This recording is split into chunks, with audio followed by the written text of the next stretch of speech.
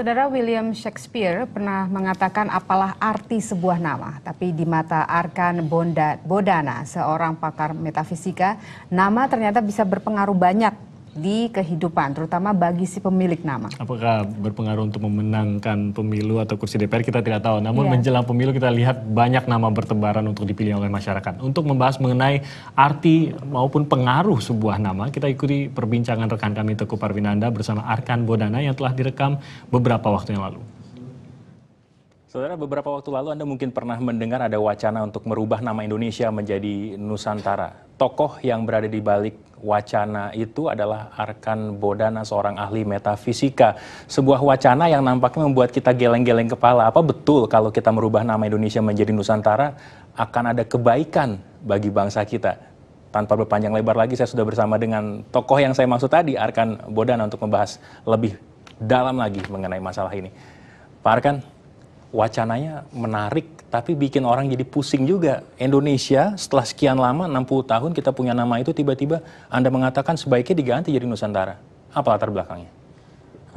Pertama kita melihat dari struktur nama Indonesia sendiri. Kita bisa melihat nanti bahwa dalam struktur nama Indonesia ada beberapa parameter yang menunjukkan nilai di bawah batas. Nilai di bawah batas. Ya, di bawah batas untuk ada di dalam biar area lebih sukses. mudah kita menangkap apa yang Bapak terangkan. Seperti ini Pak kira-kira ya. Bagaimana kita menelaah nama Indonesia itu kebaikan atau unsur positif dan negatifnya. Ya, jadi kita lihat di sini ini satu aplikasi yang mengurai nama Indonesia. Lalu di sana ada kode Harani yang menunjukkan ending code, kode akhir dengan angka 8 ditampilkan dengan warna merah. Lalu ada AR itu berdiri untuk acoustic root. Kemudian time, struktur waktu, lalu ada CC di sana menampilkan struktur dari detail nama, kemudian ada synchronicity value juga ditampilkan dengan nilai. Saya persempit lagi apa yang kita lihat di hadapan kita ini. Ada beberapa dengan angka merah, 8, 0,5, 0,2. Apakah ada arti tertentu sampai akhirnya kita juga sampai di kesimpulan, atau Anda sampai pada kesimpulan Indonesia harus berganti nama menjadi Nusantara? Ya, jadi semua nilai yang ditampilkan berwarna merah ini adalah suatu nilai yang rendah dan negatif. Jadi ini suatu indikasi bahwa struktur nama ini tidak mengantarkan kita pada suatu area sukses yang stabil. Area sukses yang stabil artinya kita menakar itu bagaimana Indonesia punya prestasi di dalam negeri ataupun di luar. Nah, yang menjadi concern Anda ketika kita bicara soal Harani 8, ini apa maksudnya? Ketika kita bicara tentang Harani 8 ini, kita bicara tentang kode akhir dengan kode 8. Angka 8 pada kode ending code itu menunjukkan perpecahan. Perpecahan. Ya, jadi negara kita ini ada dalam satu masa mulai tahun 2014 menuju ke 2023 dengan puncak di tahun 2020. Semakin ke sana kita akan masuk dalam zona perpecahan yang semakin kuat. Menyeramkan kalau begitu. Saya menangkap 2014 sampai 2023 dan kita akan menemui masa akhir di 2020. Dengan puncak di 2020. Berarti bukan di tahun 2020 dia akan berakhir. Bisa jadi di 2015, di 2016. Apa skenario yang kira-kira bisa Anda paparkan kepada kita sekarang? Ketika kita bicara tentang perpecahan artinya bisa dibangun dari provinsi-provinsi yang ingin melepaskan diri dari negeri ini. Ada kemungkinan artinya Indonesia tidak eksis lagi, tidak ada lagi? Benar. Itu yang nanti akan kita hadapi ya? Iya.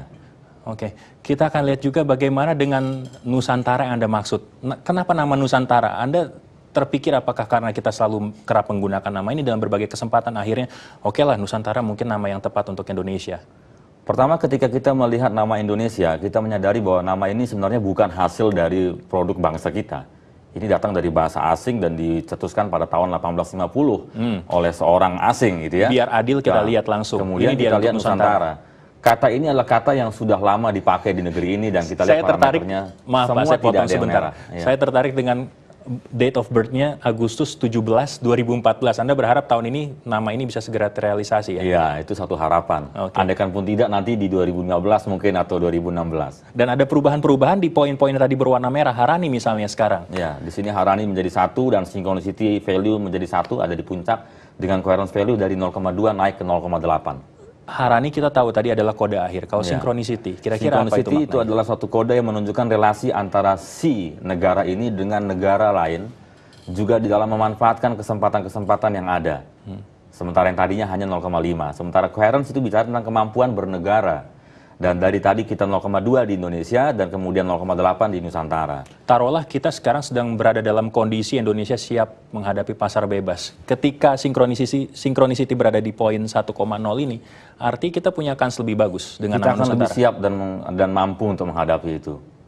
Tidak ada provinsi yang melepaskan diri seperti yang tadi Anda bilang, akan ada perpecahan misalnya. Apabila menggunakan nama Nusantara ini lebih cepat dilakukan, maka itu akan dapat ditolong. Tetapi jika tidak, kalau sudah lepas, maka tidak akan kembali lagi. Pilihan lain selain Nusantara apa kira-kira? Pilihan lain selain Nusantara belum pernah terpikirkan. Karena apa? Karena kata Nusantara ketika kita berikan kepada bangsa ini, hampir kecil peluangnya untuk ditolak. Kenapa? Karena sudah lama digunakan sebagai suatu wacana kenusantaraan di negeri ini. Sejauh ini tanggapan terhadap perubahan nama dari Indonesia ke Nusantara seperti apa datang ke Anda? Bisa dikatakan sekitar 96% mendukung.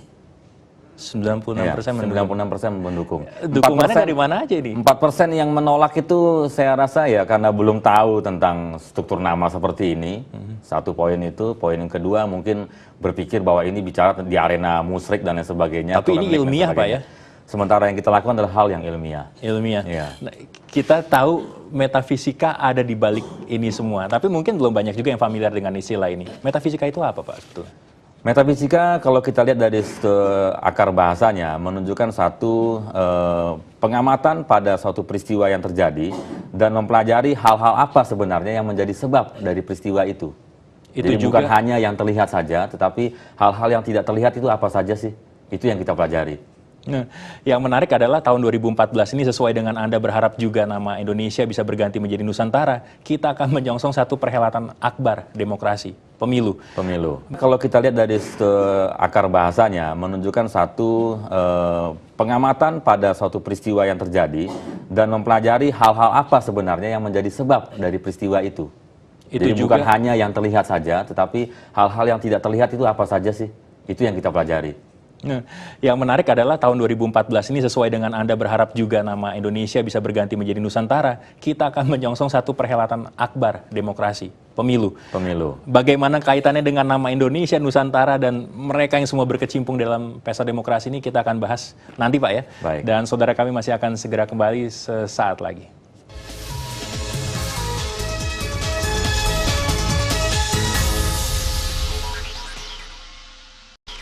Ya, kami kembali lagi saudara dan saya masih bersama dengan Arkan Bodana, ahli metafisika, dan kami masih berbincang mengenai metafisika di balik pemilu. Mungkin kira-kira untuk di bagian ini kita akan membahas lebih ke arah sana. Pak Arkan, kalau kita bicara bagaimana pemilu sedang disongsong oleh bangsa Indonesia, nama pemilu sendiri? Nama pemilu sendiri sebagai brand name memiliki struktur yang baik. Sebagai brand name. Artinya kita sebagai bangsa boleh optimis dengan kelangsungan dari pemilu ini ya? Betul. Tapi untuk banyak waktu kita juga sering melihat nama pemilu lebih banyak dikosakatakan sebagai pemilihan umum. Ya, ketika dia menjadi pemilihan umum bukan sebagai branding name, tapi sebagai suatu nama, suatu peristiwa, maka Ini dia, Pak, kita akan melihat bahwa dalam matching dan sell power-nya menjadi sangat rendah. Tetapi dia sebagai suatu branding name, suatu jasa layanan untuk bangsa, di mana masyarakat melakukan pemilihan, maka pemilu ini suatu nama yang cukup dapat diandalkan dalam hal positif menuju ke hal yang lebih baik. Tetapi kalau kita kaitkan dengan nama Indonesia yang berstruktur tadi negatif. Saya baru akan bertanya ke arah sana. Bagaimana itu kaitannya jadinya? Ketika dikaitkan dengan struktur nama negara kita Indonesia yang negatif, maka pemilu ini menjadi sesuatu yang menjadi semakin lemah. Ya, dan kemudian orang akan menjadi semakin kurang berminat dan semakin lama orang akan semakin mengundurkan diri dari keinginannya untuk melakukan. Adakah yang bisa atau variabel yang bisa menetralisir ini? Kita tahu sekarang pemilu kita sedang mencari sosok pemimpin kita, sosok siapa yang akan mewakili rakyat di parlemen nanti. Adakah yang bisa menetralisir hal ini? Ketika nama Indonesia tidak baik secara struktur, tapi nama pemilu ternyata membawa kebaikan. Ya. Dalam sejarah pemilu yang sudah ada di negeri kita, semua calon-calon yang kemudian memenangkan pemilu adalah orang-orang yang dalam struktur namanya mengandung faktor negatif. Dan itu selaras dengan faktor negatif yang ada di dalam nama Indonesia. Satu bagian dalam pemilu yang tadi berstruktur kuat dan kita ada pada masa yang masuk masa emergensi sebenarnya, maka ada satu harapan di mana ketika kita dapat memilih seorang calon dengan struktur yang positif, tidak memiliki faktor negatif, ini adalah satu kesempatan buat kita untuk keluar dari situasi yang buruk yang Jadi ada taruhlah di kita depan. mendapatkan satu calon yang memang bisa memberikan struktur yang kuat, yang baik, itu yang nanti bisa menetralisir nama Indonesia tadi juga ya salah Satu satunya ya. kesempatan untuk keluar dari satu area di mana kita ada dalam zona negatif saat ini. Oke, Pak Arkan, kita sekarang lagi di dalam masa tenang. Kita tentu tidak bisa menyinggung satu parpol tertentu atau satu capres tertentu. Tapi kalau kita bicara bagaimana kita menganalogikan dengan ada yang tokoh-tokoh yang ada di luar. Anda mungkin sudah pernah meneliti beberapa tokoh yang secara struktur nama menarik dan track recordnya juga bagus dan punya kontribusi yang baik juga bagi dunia ataupun negara. Siapa kira-kira? Mungkin dua orang bisa kita gunakan ya. Satu Gorbachev, yang kedua mungkin Barack Obama yang sekarang sedang memimpin Amerika. Oke, apa yang menarik? Kita flashback dulu ke masa Gorbachev. Gorbachev dulu menjadi seorang pemimpin Uni Soviet ya, dan dia menjadi orang yang kemudian mencetuskan beberapa program perestroika dan glasnost. Ini dia ya? Ya, dan kita lihat di dalam faktor nama dia dengan synchronicity dan coherence yang tinggi, dan ada momentum stream di sana, +1 di bawah. Ini menunjukkan bahwa rangkaian apa yang dia bangun itu. Anda mengatakan sebetulnya secara kepemimpinan tokoh yang satu ini bagus, baik. Tapi Haraninya 5. Ya. Kontribusinya seperti apa? Kontribusi Harani 5 pada Gorbachev adalah suatu hambatan yang datang dari kawan-kawan sendiri, terutama dari kawan sendiri, dan bahkan dia juga ada resistensi begitu untuk tokoh yang satu ini. Beberapa kali Gorbachev mengalami percobaan pembunuhan dalam rangka menggagalkan program-program yang dia cetuskan. Tapi kenapa akhirnya Harani akhirnya tidak menjadi begitu berarti dan akhirnya dia bisa melenggang dengan baik yang meninggalkan legacy yang lumayan kita kenang sampai sekarang? Ya, dengan momentum stream +1 dia tertolong dengan itu. Momentumnya justru yang mengangkat ya? Ya, tetapi pada akhirnya toh dia harus tersingkir. Jadi Harani 5 tidak bisa dihindari, hanya menunda batas waktu saja. Memanjangkan sebetulnya periodenya. Ya. Tokoh lain adalah Barack Obama. Tokoh lain adalah Barack Obama. Kenapa dengan Obama? Barack Obama sebagai seorang presiden Amerika yang baru ya, dengan kita langsung lihat ya, Barack Hussein Obama. Ya, strukturnya juga bagus dan di sana ada Harani 11.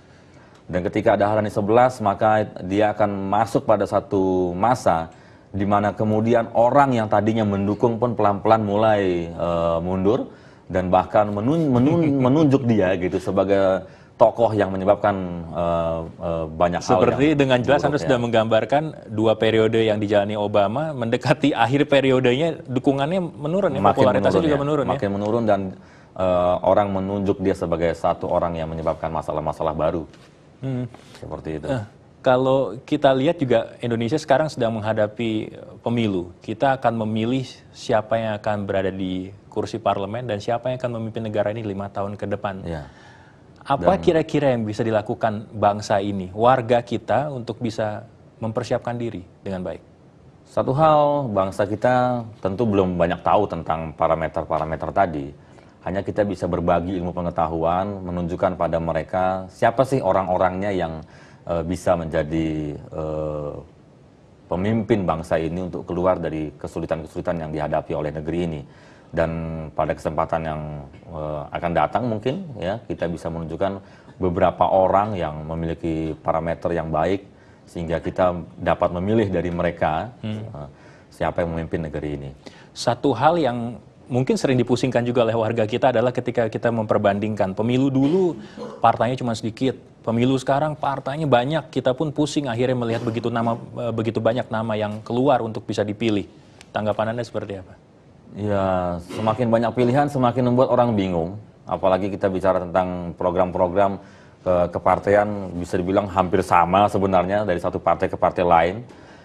Kalau kita lihat dalam struktur metafisika, ketika itu dengan 3 partai di Indonesia dengan struktur waktu yang ada, melulu yang menang nomor 2, lepas dari perkara namanya Golkar atau apa waktu itu. Dan sekarang kita memiliki banyak partai dan sebenarnya dalam urutan partai-partai itu ada kode-kode tertentu yang menunjukkan bagaimana pada urutan-urutan tertentu itu yang memiliki potensi untuk menang lebih tinggi daripada urutan-urutan yang lainnya. Arti nanti akan ada gilirannya Pak ya untuk seperti begitu ya, seperti itu. Jadi sebenarnya ketika partai itu sudah diundi itu urutannya, lalu keluar 1 siapa, kemudian 2 siapa, 3, 4 siapa, 5 siapa, dari situ sudah bisa kelihatan ada beberapa partai yang akan bersaing dengan ketat di dalam pemilu ini. Saya punya keyakinan kalau di balik semua perbincangan kita ini tentunya Bapak juga sudah mempersiapkan nama-nama capres ataupun nanti parpol-parpol mana yang akan unggul pada pemilu ya. Iya. Sudah ya Pak ya? Sudah. Jadi ada gambaran siapa-siapa yang akan menjadi pemenang pemilu, partai-partai, juga kemudian siapa yang berpotensi paling tinggi untuk memenangkan pemilu calon presiden dan wakil presiden. Kalau seandainya perbincangan kita ini nanti kita udah sampaikan, nanti mungkin akan banyak yang datang ke Bapak menanyakan saran kira-kira harusnya bagaimana untuk bisa mengakali nama yang baik, nama yang buruk mungkin untuk bisa menjadi kekuatan. Jangan-jangan saya curiga juga ada yang sudah datang ke Bapak untuk menanyakan hal ini. Kalau yang beberapa yang datang sudah ada, tetapi dalam artian memperbaiki struktur nama, waktu tidak cukup ya. Dalam arti pemilu 9 April, mereka datangnya udah telat ya gitu Pak? Ya, karena itu butuh waktu cukup panjang untuk perbaikan struktur nama. Ketika kita bicara partai, dia hanya bicara tentang collective mind. Tetapi ketika kita bicara tentang sebagai calon presiden, itu kita bicara tentang individual mind. Dan dalam individual mind membutuhkan waktu cukup panjang dalam perbaikan struktur nama. Konfirmasi Pak, jadi caleg udah ada yang datang ke Bapak ya? Banyak Pak. Iya, banyak. Oke, jadi saran dari Bapak mungkin Bapak telat datang Pak ya, Bapak atau Ibu telat datang, harusnya jauh-jauh hari untuk bisa kita memperbaiki kekurangan di sana sini. Iya, kira-kira begitu. Iya, kira-kira begitu. Kita lihat nanti kira-kira siapa yang akan keluar.